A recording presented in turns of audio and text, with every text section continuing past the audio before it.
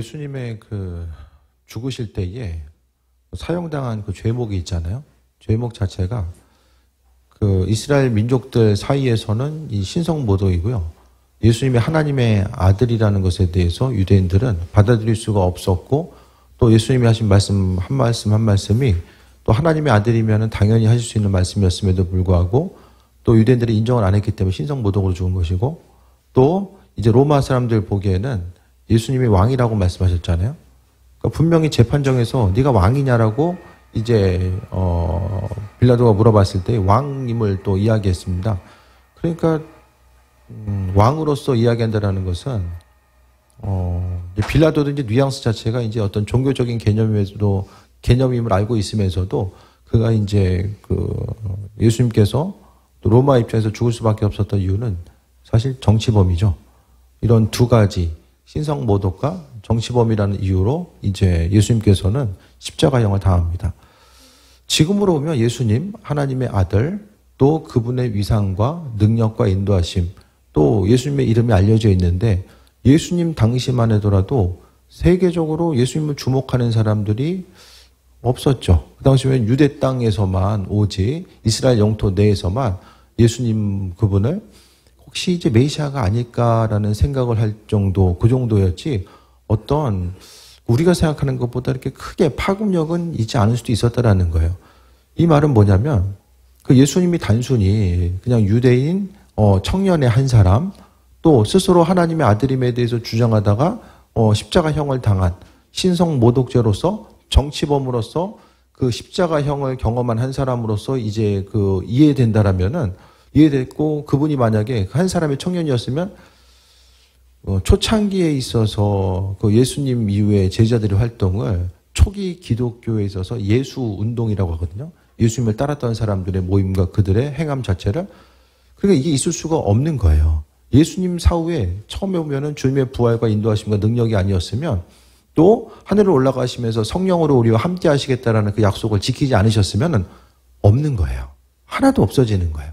그러니까 개신교가 있을 수도 없고 예수님을 따르는 기독교 신앙 자체가 있을 수가 없는 거예요. 그러니까 그 당시에 예수라고 하는 청년의 죽음을 통해서 모든 것이 다 사라질 수밖에 없는 거죠. 근데 예수님의 죽음 이후에 갑자기 이제 복음에 대해서 주님을 따르는 사람들이 나타나게 되고, 그러니까 성경에 나와 있는 기록들 보면 예수님의 제자들이 있고요. 이름이 기록되지 않은 어떤 500여 주님을 따르는 무리들도 나오잖아요. 그러니까 성경에 기록된 인물들은 극히 일부일 거예요. 그래서 성서학자들은 뭐라고 이야기하면 복음이 전파되는 이런 과정 자체가 조금씩 전파된 것이 아니라, 팝콘 튀겨보분들 알겠지만은 열에다가 옥수수를 가열하면 이제 하나씩 한 번에 팍팍 터지잖아요. 그런 것처럼 교회에 있어서, 초대 교회에 있어서의 운동 자체는 세계적으로 한 번에 동시다발적으로 일어나게 됩니다. 그러니까 성경에 기록된 예수님의 제자들만, 사도행전만 생각해서는 안 되고, 또 수많은 무리들, 이름 없이 복음 전한 수많은 무리들 역시 또 존재했다라는 것을 우리가 또 발견하게 되는데, 그러니까 이것 자체는 뭐냐면 그냥 우리의 생각선에서, 상식선에서 보이는 것이 전부였으면은 교회 공동체는 그냥 사라졌을 거예요. 이루지도 못했던 거죠. 예수님 사후에 제자들은 충격받고 도망가고 각자 사라졌을 텐데, 성경의 기록들은 분명하게 제자들이 바로 동시다발적으로 나와서 복음 전했다는 사실 이야기하거든요. 그러니까 그 역사들은요, 그러니까 제자들에게 있어서 나가서 복음 전할 수 있었던 것의 핵심은 체험신앙입니다. 제자들은 들어서 알았던 것이 아니라 그들은 스스로 한 사람 한 사람이 체험을 하거든요. 기독교 신앙에 대해서 체험을 하면서 나아갔다라는 거예요. 그 체험이라는 것은 내가 스스로 어떤 것을 발견하고 노력해서가 아니라 예수님께서 분명 약속하고서 올라가시잖아요. 하늘 올라가시면서 우리와 함께 하시겠다라고 말씀하셨어요. 성령으로 우리와 함께 하시겠다라고 말씀하셨거든요. 그 성령의 일하심 자체를 이야기하고 있고, 예수님께서 이 땅에서 병 고치고 또 기적과 능력을 베푸셨던 것은 하나님의 능력, 그 성령을 통해서 이루신 것이고, 또 제자들에게 있어서도 마찬가지입니다. 그 제자들이요, 지난 이제 금요일 날도 베드로가 나면서부터 걸어본 적이 없는 그 한 사람을 일으켰던 것처럼 오늘 본문에 있어서의 바울 사도도 동일하게 그런 역사들을 나타내거든요. 초기 공동체에 있어서 복음이 폭발적으로 성장해 나아가는 것은 체험신앙, 그 제자들이 체험했던 것들이 바로 주변 민족들 향해서 전파돼 나아가는 과정들 자체를 이야기하고 있고 그 부분을 사도행전이 아주 구체적으로 우리에게 이야기하는 거죠. 사도 바울은 1차, 2차, 3차, 로마까지 하면 4차에 이르는 전도 여행을 통해서 하나님의 인도하심, 그리스도 예수가 누구인가를 이야기하는 거예요. 그래서 회당 중심, 이스라엘 민족들이 이제 성전이 없어지고 나서는 쫓겨나고 나서 이제 회당을 만들거든요. 유대인 10사람 이상이 모이면 회당을 만들어요. 그래서 세계 곳곳에 흩어져 있었던 곳에서는 회당이 있으면 회당 가서 유대인들에게 예수님이 하나님의 아들이다, 그러니까 메시아다라는 것을 전했고요. 이방인들에게 뭘 이야기합니까? 예수님이 하나님의 아들로서 하나님은 천지 만물을 창조하신 분이다. 창조주를 언급하는 거. 그러니까 창조주가 누구인지를 언급해야 되기 때문에 그러니까 사도 바울이 전도함에 있어서 방향성은 두 가지인 거예요. 회당과 이방인들. 그래서 유대인들에게는 예수님이 하나님의 아들이라는 걸 이야기하고 있고 그리고 하나님이 누구인지는 이방인을 향해서 이야기하는 거죠. 그러면서 교회가 지금까지 존재할 수 있는 건요, 성령의 역사입니다. 교회는요, 항상 교회는 해야 될 의무가 있는데 뭐냐면 하나님의 살아계심을 교회 공동체의 구성원들은 증명을 해야 돼요. 그 책임을 우리에게 맡겨주셨거든요. 그러니까 본문 가운데서도 이 바울 사도가 질병을 치유하고 그 태어나서부터 일어서지 못한 그 한 사람을 향해서 치유와 회복을 선포한 이유 자체, 그것은요 하나님의 능력이 지금까지 함께하고 있고 또 예수님께서 주인 되셔서 지금의 삶의 여정 가운데서도 은혜와 충만함으로 함께 하신다라는 그 사실에 대해서 본문 가운데 분명하게 이야기하고 있는 거죠. 그래서 우리는요, 교회 공동체 가운데서 이 성령의 역사는 예전이나 지금이나 마찬가지입니다. 지난 시간에도 말씀드렸었는데요. 그 믿음이 있는가? 우리에게 있어서 하나님께서 우리 인생 가운데 함께 하시고 은혜와 충만함으로 일하신다라는 그 온전한 믿음 자체가 우리에게 지금 존재하고 있는가? 그 부분에 대해서 지금 말씀하고 있는 거예요. 믿음이 있으면 그 믿음을 통해서 승리하는 삶을 살고 또 성경 가운데 일하고 계신 하나님. 그러니까요, 우리 스스로의 힘과 능력 가지고는 하나님의 살아계심과 인도하심을 증명할 수가 없거든요. 그러니까 복음 전파하는 것도 알아서 그냥 하라가 아니라 성령께서 우리와 함께 하심에 대해서 고백하면서 나아가는 것. 우리의 삶 여정 가운데서도 우리가 지금 신앙생활하는 것도 다들 성령께서 우리 인생 가운데 행하시고 계신 일들에 대한 경험이 있고 정말 그 마음속에 울림이 있고 감동이 있기 때문에 믿음 생활도 가능합니다. 우리 스스로의 의지와 노력이 아니라 하나님께서는 성령을 통해서 지금도 역사하시고 인도하시고 질병과 치유의 회복 자체가 성경시대에 끝난 것이 아니라 지금도 역사 가운데서 신앙 공동체 가운데서 하나님의 일하심과 인도하심을 경험하며 나아가는 거죠. 세계적으로 보면 이제 선교사님들이 사역을 하고 있고 이 치유의 현장 가운데 복음이 전파되는 이 현장 가운데서요, 하나님은 그분의 살아계심과 인도하심을 비춰주시는데 지금도 보면 이제 치유의 역사들이 가장 잘 나타나는 것이 이제 어디냐면 가장 많이 있는 곳이 요즘에는 아프리카와 남미입니다. 남미. 두 군데. 그러니까 그들의 특성 자체는 뭐냐면 단순하게 믿고 또 하나님의 일하심과 인도하심을 경험하고자 하는 거. 그래서 그곳에서 지금도 의학적으로는 설명할 수 없는 일들이 나타나고 우리나라도 보게 되면 정말 90년대 초반까지도 교회에서 하나님의 성경에서 나와 있는 치유의 능력의 역사들, 그러니까 많은 이들이요, 주의 뜻대로 헌신하고자 하는 이들, 또 목회자로서 서원한 수많은 이들도 성경에 나와 있는 질병 치유에 대해서 경험했기 때문에 주의 일에 헌신한 이들도 정말 많이 있거든요. 그럼 교회 가운데서, 한국 교회 가운데서 왜 교회에서 질병의 치유가 나타난다라고 하면 뭔가 좀 이상하게 생각하고 정말 그런 일이 있을까? 왜 시대적인 상황이 왜 바뀌었을까? 결국 말씀에 나와 있는 하나님의 능력의 역사에 대한 기대함들이 교회 공동체 가운데 사라지게 되었다는 거예요. 더 이상 기도하고 힘쓰기보다는 스스로 해결할 수 있는 방법들, 그러니까 이거는 탈 수 있고 없는 일들, 하나님께서 하실 것에 대한 기대함과 소망함보다는 그러니까 믿음으로 움직이고 반응한다라는 그런 기대함이 교회 공동체 가운데 점점 더 사라지게 되고 기도하는 것보다는 내 스스로의 방법 가지고 할 수 있는 일들이 더욱더 많아지다 보니까 하나님의 능력과 인도하심과 예비하심을 바라보지 못하게 되는 결과들이 나타나는 거죠. 그래서 교회는 앞서 말씀드렸던 것처럼 하나님이 어떤 분이시고 또 그분께서 어떻게 역사하시는지에 대해서 분명히 기억하고 그것을 증명할 수 있어야만 합니다. 앞으로의 복음 전파의 현장 가운데서도 마찬가지입니다. 모르겠어요. 지금 이제 학생 청년들 또 이 복음의 말씀이 성경 말씀이 얼마나 들려지는지는 모르겠어요. 그 예배 시간에 게임을 하면 안 된다. 집중해야 돼. 귀는 열고 있어야 돼. 딱. 게임한다는 소문이 들려가지고 좀 심히 마음이 좀 불편한 부분이 있어요. 이게 중요한 게 아니라 지금 어쨌든 말씀을 통해 봤을 때에 하나님의 일하심과 인도하심과 예비하심이 우리의 심령 가운데 함께함에 대해서 이 소망 가지고 나아가는 그 은혜를 이야기하는데, 그러니까 우리는 하나님을 경험해야 돼요. 저도 경험함이 있었기 때문에 여기까지 온 거고, 여러분 한 분 한 분도 마찬가지입니다. 하나님이 어떤 분이신지에 대해서 경험해야 되고, 이 체험 신앙이 있어야지만 끝까지 버텨요. 체험하는 신앙이 없고 그냥 옆에서 말만 들어서만 가지고는 우리가 믿음을 지킬 수가 없다라는 거예요. 그러니까 하나님 우리의 연약함을 아시기 때문에 우리로 하여금 이것은 하나님의 하신 일이구나, 그것에 대해서 경험할 수밖에 없는 그 은혜와 충만함을 허락하시고, 그게 바로 은혜인 거죠. 오늘 본문 가운데 말씀 보겠습니다. 루스드라에 발을 쓰지 못한 한 사람이 앉아있는데 나면서 걷지 못하게 되어 걸어본 적이 없어요. 근데 이 한 사람이 있는데 바울이 말하는 것을 듣게 됩니다. 그래서 바울이 주목하여 구원받을 만한 믿음이 그에게 있는 것을 보고, 뭘 봤어요? 구원받을 만한 이름이 그에게 있는 것을 보았다라고 합니다. 믿음을 본 거예요.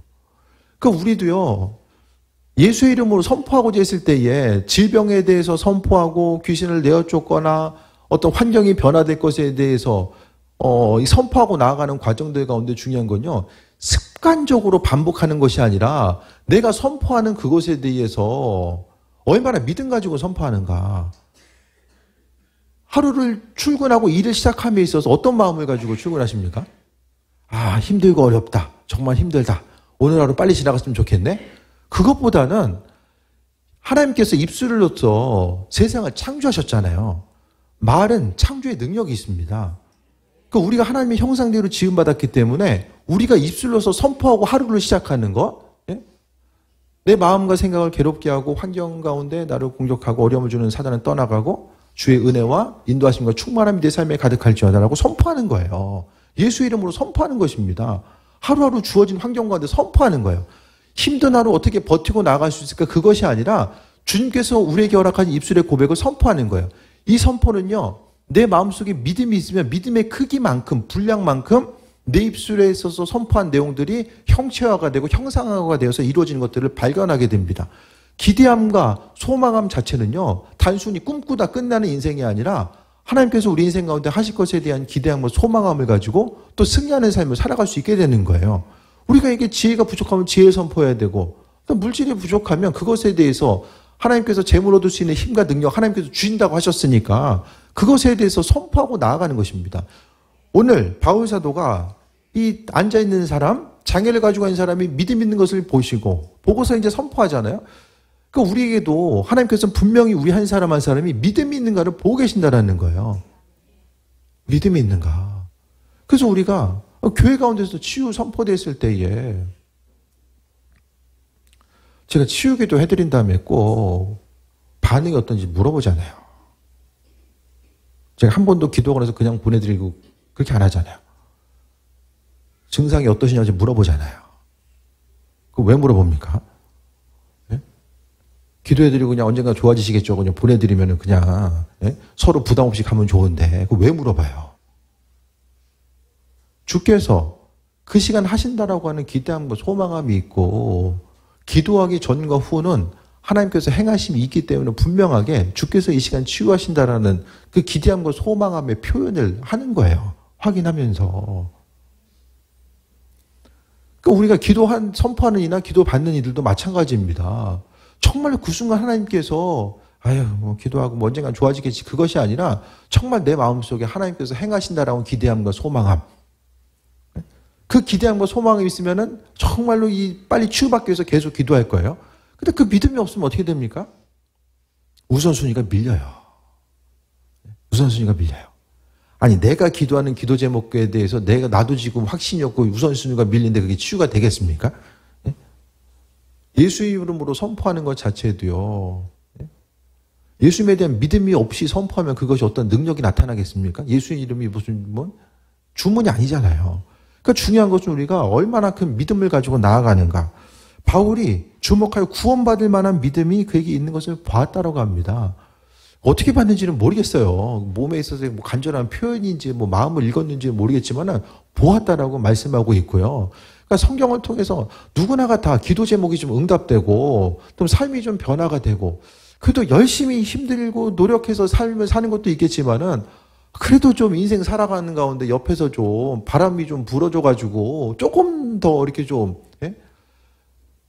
5% 10%라도 좀 옆에 도움이 손길이 있어서 이것이 뭐 눈에 보이는 사람일 수도 있지만은 이것은 하나님이 하시는구나 이것에 대한 그 마음의 중심들이 있으면은 얼마나 마음의 기쁨이 있겠습니까? 그거 자체가요 기도 응답이 되고 안 되고 인생에 있어서의 하나님의 역사심을 경험하고 경험하지 못하고가요 큰 차이가 아니라는 거예요. 내 인생 가운데 그 믿음으로 작은 한 발짝만 내딛고 조금만 더 확신을 가지고 선포하며 나아가는 거. 기도하는 것도요 마찬가지입니다. 믿음 있는 사람들이 기도하잖아요. 내 기도가 허공을 가르는 그냥 한 소리로 흩어지는 것이 아니라 이 기도의 제목들은 쌓이고 또 내 기도한 것들은 절대로 사라지지 않는다라는 그 믿음을 가지고 선포하면서 나아가는 거. 내 인생 열심을 다해서 수고하는 것도 중요하지만 그래도 믿음으로 선포하는 이 한마디가 내 한마디를 통해서 영적인 세계가 움직이고 또 육적인 세계가 움직이는 것. 목회자나 어떤 죽어라고 기도하는 사람들만 입술에 권세를 주신 것이 아니라요. 예수님 믿는 그 한 사람 한 사람, 마음속에 그리스도 예수 그 사람이 있는, 주님이 있는 한 사람 한 사람에게 하나님께서 동일한 능력을 주셨는데 그 능력이 있음에도 불구하고 사용할 줄 모르고 안 하는 거예요. 확신이 없기 때문에 안 하는 거예요.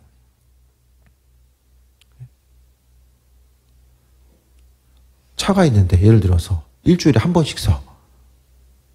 먼 길 갈 때 사용할 수가 없잖아요. 그 확신이 없잖아요. 이거 갖다가 또 쓰겠지. 그러니까 내 안에 있어서 주님을 향한 믿음이 제 청년들한테도 계속 얘기하는 게 신앙생활은요. 삶의 여정 가운데 분명하고도 확실한 도움이 되어야 돼요. 내 삶을 유익하게 하고 힘든 삶의 여정 가운데서도 기쁨과 평안함의 요소 의지하는 것을 넘어서서 기독교 신앙은요. 하나님은요. 단순히 나를 의지해라가 그것이 아니라 구체적으로 우리의 삶을 통해서 역사하시고 일하시겠다라고 말씀하시는 거죠. 그래서 교회 공동체는 그냥 기대했던 대로 생각하는 대로 그냥 뻔하게 흘러가는 것이 아니라 사람이 생각할 수 없는 그 방법으로 하나님은 일하시고 인도하시고 그분의 역사들을 비춰주셨기 때문에 나아가는 거죠. 그러니까 지금도 이제 참 복음 전하기 힘든 나라들이 있죠. 그곳을 향해 나아가는 거. 그리고 이제 지금까지도 우리나라가 뭐 먼데 예를 들지 않아도 우리나라도 마찬가지입니다. 1800년대 후반, 1900년대 초반에 이제 선교사님들이 이제 계속 우리나라 들어오게 되죠. 그 선교사님들 보면 대부분이 전부 다는 아니었지만은 사회에 있어서의 그 은혜 받은 엘리트들이 우리나라 들어오게 돼요. 첫 번째가 시작됐던 그 영국의 웨일즈에 있었던 대부흥운동, 또 미국에 있어서의 그 부흥운동이 이제 동시다발적으로 이게 불이 붙여간 거죠. 불이 옮겨간 거죠. 그 미국에서 이제 일어난 불이 어디로 가요? 나중에 평양으로 가잖아요. 평양 대부흥운동으로 일어나잖아요. 그래서 주를 향해서 마음의 중심을 두고 그리스도 예수 주님을 따르겠다라고 소망하고 있는 것들 다 버리고 이곳에 와서 풍토병에 의해서 수많은 이들이 그 서울 보면 이제 그 여의도 근처에 양화진 가면은 선교사님 묘역들이 있잖아요. 그들이 삶의 터전을 버리고 전혀 이름도 알려지지 않은 이곳에 위험을 무릅쓰고 와서 올 수 있었던 것은요. 쉽게 이야기하면 체험신앙입니다. 그들이 강력한 성령의 충만함과 인도하심에 대한 그 부흥운동 또 성령 충만함 가운데 그들 한 사람 한 사람이 은혜와 충만함 또 성령 충만함에 대해서 경험했기 때문에 그들은 이곳에 와서 자신의 청춘을 바치고 생명을 바치고 헌신할 수 있었던 이들. 왔다가 돌아간 이들도 있었지만 정말 많은 이들이 풍토병 때문에 죽어요. 그러니까 중요한 건요. 내 생명보다 더 소중한 것이 가치를 발견했을 때 내 생명까지 내어놓을 수 있잖아요. 사람이 생명보다 더 중요한 게 있다는 건 어디 있습니까? 내 생명 바쳐서 이 한 번 불사르리라. 돈이 아무리 좋아도 돈 때문에 죽을 수 있어요? 예? 돈 때문에 죽을 수 있냐고요. 이 땅 가운데 바라봤을 때 내가 소중하게 여기는 그것이 내가 죽음에 이르기까지 죽기까지 헌신할 수 있는 게 뭐가 있어요? 그러니까 결국 보이지 않는 세계, 믿음으로 살아가고 그 믿음에 의해서 하나님의 살아계심과 인도하심을 경험하는 거. 이 땅 가운데서도 마찬가지입니다. 지금 뭐 1세대, 2세대 이 선교사님들 보면은 다 어쨌든 삶의 여정 가운데서 주님께서 허락하신 은혜와 체험 신앙이 있었기 때문에 모든 것을 버려두고 떠날 수 있는 거죠. 10절에 보니까 큰 소리 이르되 내 발로 일어나라 하니 그 사람이 일어나 걷는지라. 그리스도 예수의 이름으로 일어나라도 안 했어요. 그냥 일어나라. 믿음이 있으니까 그냥 일어나라고 선포한 거예요. 그러니까 결국 일어나라고 선포한 것 자체는 믿음이 있으니까 그 바울 사도가 지나가면서 주님 일어날 수 있도록 하나님 도와주세요 하고 지나간 것이 아니라 거기 서서 구체적으로 바라보고 일어나라고 선포합니다. 주변 사람들 보기엔 어떻겠죠? 미친놈이죠. 갑자기 일어나 있느라고 이제 걸어본 적도 없는 사람한테 일어나 걸으러 가니까 제정신으로 받겠습니까? 말씀대로 살아가다 보면 제정신이 아닌 것처럼 비춰질 때도 있어요. 좀 이성적으로 좀 뒤떨어져 보이고 저거 이게 아닌데 왜 이렇게 행동할까? 이렇게 보일 때도 있거든요. 주님께서 우리에게 허락하신 말씀들 또 주님의 말씀 따라 감동 주시는 것을 하려고 하다 보면 참 뭐라고 할까요?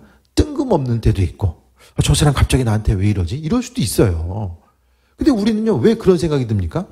하나님께서 그 사람을 향한 그 계획하심과 인도하심이 뭔지를 모르니까 우리가 모르니까 이성적으로 이해가 안 되고 받아들이지 못하면 그 일을 행할 수가 없는 거예요. 하나님의 사람, 하나님의 백성으로서의 온전한 삶을 살아감에 있어서 우리는 무엇보다도 이해되지 않는다라고 할지라도 선포하고 또 내면에서만 계속 머무르는 신앙, 내 믿음 있음이 외적으로 전혀 증거되거나 증명되지 않고 그냥 그리스도 예수 주님의 인도하시면 그냥 내 안에서만 계속 맴돌아요. 그럼 능력이 없어요. 영향력이 없고요. 결국 그것 때문에 내가 성장할 것 같은데 아닙니다. 입술로서 선포하고 되든 안 되든 우리는 선포하는 거예요. 주님께서 하실 줄 믿고 선포해 나아가는 거죠. 그런 은혜와 치유의 모습 가운데서 하나님 나라는 확장돼 나아가는 거죠. 그렇게 하니까 어떻습니까? 그 사람이 일어나 걷는지라라고 합니다. 사도행전은요. 구체적인 사람들의 행동이 나오고요. 지명이 나와요. 전체적인 배경들과 상황들 그리고 교회 이름들이 나오고 사람 이름이 나와요. 사도행전은 신약에서 역사서거든요. 역사의 한순간을 포착해서 지금 우리에게 지금 전해주고 있는 거거든요. 그렇게 하다 보니까 사람들의 반응이 나옵니다. 무리가 바울이 한 일을 보고 루가노니아 반응원으로 소리질러 이르되 신들의 사람이 형상으로 우리 가운데 내려왔다 해요. 바나바는 제우스, 바울은 그중에 말하는 자이므로 헤르메스. 외모가 좀 보기에 훨씬 더 바나바가 나아 보였던 것 같아요. 성경 기록을 보면 바울이 머리가 좀 웃었던 것으로 보이고 외모 자체가 이렇게 호감을 주는 외모는 아니었던 것 같거든요. 그렇게 하다 보니까 그 최고의 신 바나바는 제우스고 그 헤르메스는 누구입니까? 대변인. 제우스의 대변인이 헤르메스거든요. 그러니까 말하는 사람이다라고 이야기합니다. 그들 관점에서 어쨌든 그리스 로마의 중심으로 그 신들을 섬기는 그들 문화권 가운데서 이거는 신의 현현이다. 제우스와 헤르메스의 현현이다라고 생각을 했던 거죠. 이것이 자연스러운 그들의 반응입니다. 이 사도행전은요, 한 사람 한 사람의 반응 자체를 그대로 기록하면서 우리에게 전달을 해주고 있어요. 그렇게 하다 보니까 이제 갑자기 여기 이제 뭐라고 이야기합니까? 갑자기 예수님 오신 거예요, 교회. 눈에 보이게 이제 예수님 오신 거예요. 이 배경 같은 데 보면은. 그러니까 당장 여기 예수님 걸어 들어오시면 어떻게 되는 거죠, 우리? 정신없을 거예요. 그와 같은 현상이 지금 나타납니다. 그래서 나아가서 제우스 신당의 제사장들이 소와 화환을 가지고 대문 앞에 와서 무리와 함께 제사 지내고자 하는 거예요. 신이 오셨으니까 제사 지내야 된다라고 합니다. 그랬을 때에 바울과 바나바가 나아가서 이야기합니다. 15절 봅니다. 여러분이 어찌하여 이러한 일을 하느냐? 우리도 여러분과 같은 성정을 가진 사람이라. 여러분에게는 복음을 전하는 것은 이런 헛된 일을 버리고 천지와 바다와 그 가운데 만물을 지으시고 살아계신 하나님께로 돌아오게 합니다. 라고 합니다. 하나님께서 세상 모든 것을 지으셨다. 지금 창조 이야기하고 있죠. 하나님은 창조주라는 사실을 제우스가 세상을 만든 것이 아니라 하나님께서 세상을 만드셨다는 참신이 누구인가를 말씀으로서 선포하고 있고요. 그 하나님께서 어떤 일을 하셨어요? 천지와 바다 그 가운데 만물을 지으시고 살아계신 하나님께로 모든 사람을 돌아오게 하신다. 그러면서 16절에 하나님이 지나간 세대는 모든 민족으로 자기들의 길들을 가게 방임하게, 그냥 자신의 갈 길을 가도록 방임하게 내버려 둔 거, 그런 것처럼 보이는 거죠. 근데 17절에 보니까 그러나 자기를 증언하지 아니한 것이 아니니 곧 여러분에게 하늘로부터 비를 내리시고 결실기를 주신 선한 일을 하사. 하나님 뭐하고 계세요? 하나님 안 보인다고 아무것도 안 하는 것이 아니라, 창조하시고 나서 아무것도 안 하고 계신 것이 아니라 하나님 무슨 일을 하시는가? 하늘에서 비를 주시는 것이 하나님의 은혜라고 해요. 또 결실을, 곡식이 자라고 과일이 자라는 것 자체가 하나님께서 그 일들을 행하고 계신다라는 거예요. 그래서 지난주에 말씀드렸던 것처럼 벚꽃 피는 거 보면 뭐 해야 된다?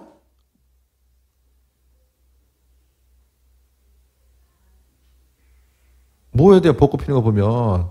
야, 여기 잘 폈으니까 저 동네도 더 폈겠지? 네? 이거 언제 떨어질래나? 그게 아니라 때를 따라 꽃을 피우는 것들이 하나님의 창조의 손길이고 작품이라는 거예요. 우연적으로 생겨나서 이루어지는 세상이 그냥 세상에 그 물리 법칙이 있고 이렇게 여러 가지 이제 법칙들이 있잖아요. 한 가지 한 가지 계절의 법칙들이 있고 그 모든 상황들이 우연적으로 유기적으로 탁탁탁 이제 때를 따라서 맞춰가고 그냥 저는요 그 우연을 믿는 게 이게 더 힘든 게 아닌가라는 생각을 해봐요. 제가 신앙생활 안 했더라도 저는 그것 때문에 주님 믿었을 것 같아요.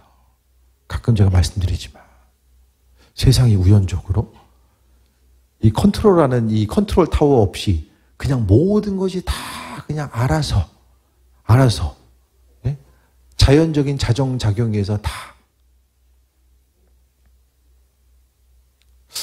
그걸 가능하다라고 믿는 게 이게 모르겠어요. 그게 가능함을 그냥 폭발에 의해서 모든 것이 그냥 다 조성이 되고 물리적인 법칙, 뭐 계절의 변화, 임체의 신비, 동식물이 움직이고 반응하는 것들, 세상이 움직이는 것들이 다 그냥 우연적으로 이루어지는 거.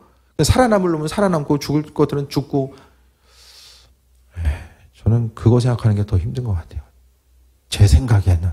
뭐 그것이 더 개인적으로 받아들이는 것이 쉬울 수 있는 분들도 많이 있겠지만은 어쨌든 본문 가운데 하나님께서 비를 내리시고 결실기를 주시고 선한 일을 하사 음식과 기쁨으로 여러분의 마음을 만족하게 하셨다. 먹을 걸 주시고 또 삶의 정건데 하나님께서 공급해 주심을 통해서 우리 인생 가운데 만족하게 하신 일들을 하나님께서는 해오셨다라는 것을 말씀하고 있습니다. 그래서 이렇게 말하여 겨우 무리를 말려 자기들에게 제사를 못하게 하니라 라고 합니다. 점점 더요. 이 땅 가운데 왜 예수님이 필요하지? 그 이유에 대해서 모르고 살아가거든요. 주님 아니더라도 그래도 사회가 먹고 살 만한 환경이 주어지다 보니까 예수님을 찾는 것보다는 스스로 생각하고 살아가는 것. 근데 아이러니하게도 점점 더 사람들이 물질적으로는 환경이 좋아지지만 심적인 갈급함은 더해지는 시기를 이야기하고 있죠. 쉽게 말해서 이제 멘탈이 붕괴되는 시대를 살아가고 있는 거예요. 정신적으로 건강한 사람들 찾기가 힘든 시기를 살아가고 있죠. 예전에 우울증이 있다라고 하면 어땠습니까? 되게 사람들이 심각하게 생각했잖아요. 뭐 지금도 심각한데 그 우울증 자체가 보편적인 상황은 아니었잖아요. 뭔가 특별한 사람도 우울증을 갖다고 하면 야 뭔가 좀 정신력이 약한 거 아니야? 이렇게 생각하는 시대가 있는데 요즘 시대는 어떻습니까? 청년들은 청년들대로 나이가 있으면 나이가 있는 대로 우울증 때문에 이 약에 의지해야 되는 확률들이 더 많아지고 정신과 진료 잡으려고 하면은 이제는 바로바로 갈 수 있는 데들이 없어요. 조금이라도 상담을 받을 수 있는 시간을 가지고 상담을 받을 수 있는 데들은 몇 개월 기다려야 되는 상황들이 생각보다 오래되었습니다. 물질적인 풍요 가운데서 그 풍요를 더 누리기 위해서 그러니까 물질적인 풍요로운 세상을 가니까 그 풍요로운 것들을 더 누리는 것이 보편적인 상황들, 삶에 있어서의 기준들이 높아진 거예요. 그 기준, 높아진 기준들을 채우고 나아가기 위해서 점점 더 경쟁 가운데 내쫓기게 되고 인생을 살아가는 것 자체가 환난과 어려움들이 계속해서 이어지는 것. 공부하는 것도 점점 더 어려워지고요. 예전에 저희가 수학능력 시험 수능 볼 때 문제집과 지금의 차이를 보면 한 3배는 어려워진 것 같아요. 아이들 문제집 보면 3배는 어려워진 것 같아요. 그만큼 죽어라고 공부를 하지 않으면 앞으로 10년 더 가면은 또 몇 배 더 어려워지겠죠. 그만큼 계속 공부하니까 경쟁이 끝이 없는 거예요. 달릴 때까지 달리다가 정말 타이어 펑크할 때까지 엔진 쓸 때까지 달릴 수밖에 없는 상황인 거죠. 그 환경에 점점 더 내몰리게 되고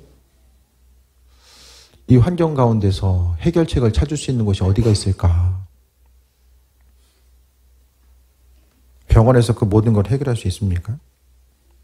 나라에서 해결할 수 있습니까? 그 모든 것들을? 교회는 많이 있고 교회가 자각을 하고 교회가 정말 하나님의 살아계심과 인도하심을 증명할 수 있고 마음의 질병과 회복이요. 뭐 여러 가지 많은 시간을 요할 수도 있지만은 정말 많은 이들이 심적으로 고통당했을 때에 말씀 한 구절을 통해서 인생 살아감에 있어서 하나님께서 살아계시는구나. 이것 한 가지가 마음속에 기쁨과 위로가 되고 그것 속에서 순간적으로 암울한 삶이 기쁨과 평화로움으로 바뀌어지는 거. 오늘 본문에 나와 있는 걷지 못한 사람이 걷게 되는 역사들. 몸의 질병도 어렵지만 마음의 질병 자체도 얼마나 심각합니까? 삶에 있어서 이 관계가 중요하지만 이 관계성 가운데 세이 먹고 나아가는 거 오히려 사람들과의 관계를 통해서 힘도 없지만 그 한 사람과의 관계성 때문에 힘들고 어려움을 경험하는 거. 아는 목사님 동생이 그런 얘기를 하더라고요. 동생이 이제 공무원 생활 19년 했는데 1년만 더 채우면 연금 받을 수 있는데 마음이 이제 좀 질병이 생겨가지고 1년을 못 버틴 거예요. 동생한테 1년만 버텨라 얘기하려고 했는데 동생이 그러더래요. 밖으로 뛰어내리고 싶다. 아파트 밖으로. 예전 일이죠. 오래전 얘기인데. 그래서 그냥 당장 그만둬라. 그 환경을 벗어나니까 이제 마음이 좀 회복이 되고 나아갔다는 거예요. 우리가 생각보다 연약합니다. 기쁘고 강건함 가지고 인생 살아가는 것이 맞는데 우리에게 그런 능력이 생각보다 많지 않다는 거예요. 복음이 필요하지 않은 사람은 없습니다. 천국을 가야 되는 것뿐만 아니라 이 땅 가운데 세이 먹고 살아가는 거 예수님이 필요하지 않은 사람은 없어요. 그 수많은 사람들, 예수님을 모르는 그들이 왜 예수님이 필요할까를 알아야 되거든요. 그 알기 위해서는 내 인생 가운데 정말 주님으로 인해서 누리게 되는 기쁨과 평안함, 또 내가 내 인생 가운데 주님을 누리지 못하는데 다른 사람에게 예수님과의 관계성 가운데 기쁘고 평안한 삶을 살아가려고 어떻게 이야기합니까? 내가 맨날 힘들어서 인상 쓰고 다니는데 다른 사람한테 예수님 만나봐. 이걸 어떻게 이야기할 수 있습니까? 할 수가 없는 거예요. 바울 사도는요, 스스로 가지고 있는 능력 가지고 전도했던 것이 아니라 성령께서 그와 함께 하셨고 그 믿음으로 선포했고요. 하나님께서는 그 믿음의 선포에 응답하신 거예요. 처음부터 큰 믿음 갖기는 힘들죠. 그러니까 삶에 있어서 작은 부분, 하루의 시작함에 있어서도 주님, 오늘 만나는 사람들, 또 관계되는 모든 것들이 주의 은혜 가운데 형통함을 이루길 원하고 오늘 하루도 하나님의 살아계심과 인도하심을 경험하길 원합니다. 이 믿음의 선포 한 가지를 통해서 하루를 시작하는 것과 그냥 하루 됐으니까 그냥 반복적으로 삶을 살아가는 것과는 너무나 다를 수밖에 없는 거예요. 그러니까 이렇게 선포하는 사람들은 하루하루 그 하루를 지나감에 있어서 내 인생 가운데 하나님이 어떤 일을 행하고 계신지에 대해서 주의 깊게 집중합니다. 그걸 발견하려고 해요. 이걸 발견하려고 찾으려고 하면은 그것도 이제 더 믿음이 생기고 또 믿음의 선포가 또 은혜와 충만함으로 이루어지는 것들을 계속해서 발견하는 믿음의 선순환이 이루어지는 거죠. 신앙생활 혼자 할 수 없어요. 앞으로 점점 더 마찬가지입니다. 오늘 말씀 가운데 역사하셨던 하나님이 함께 하시지 않으면 그러니까 교제함이 아니면 우리가 믿는 자로서 복된 삶을 살아갈 수도 없고 기쁨과 소망감이 넘치는 삶을 살아갈 수도 없다라는 거예요. 그러니까 성경 가운데 우리는요, 인생을 살아감에 있어서 성경 말씀이 죽어있는 말씀이 아니라 살아 역사하고 있다는 그 사실 자체를 우리의 삶을 통해서 증명해야 되는 것이 우리에게서 아주 중요한 의무이고 또 하나의 특권입니다. 그래서 삶의 여정 가운데 이 한 주간도 오늘 바울 사도 가운데 또 베드로 가운데 함께 하셨던 그 능력의 하나님, 또 성령을 통해서 일하시는 그 능력의 하나님의 역사가 우리의 심령 가운데 가득하고 또 그것을 통해서 복음 전파함에 있어서 또 여러 말 안 하고 다른 사람들이 내 삶의 행동과 내 사정과 형편을 바라보면서 주님을 따르고자 하는 이들이 되어지는 것, 그것이 바로 능력 전도입니다. 하나님의 일하계심과 예비하심을 다시 한번 경험하고 또 믿는 자로서의 복된 삶, 또 주님으로 인해서 소망함이 넘치는 귀한 삶 누리게 되길 주의 이름으로 축원드립니다. 주를 찬양하며 찬양 드리고 이 시간 기도합니다.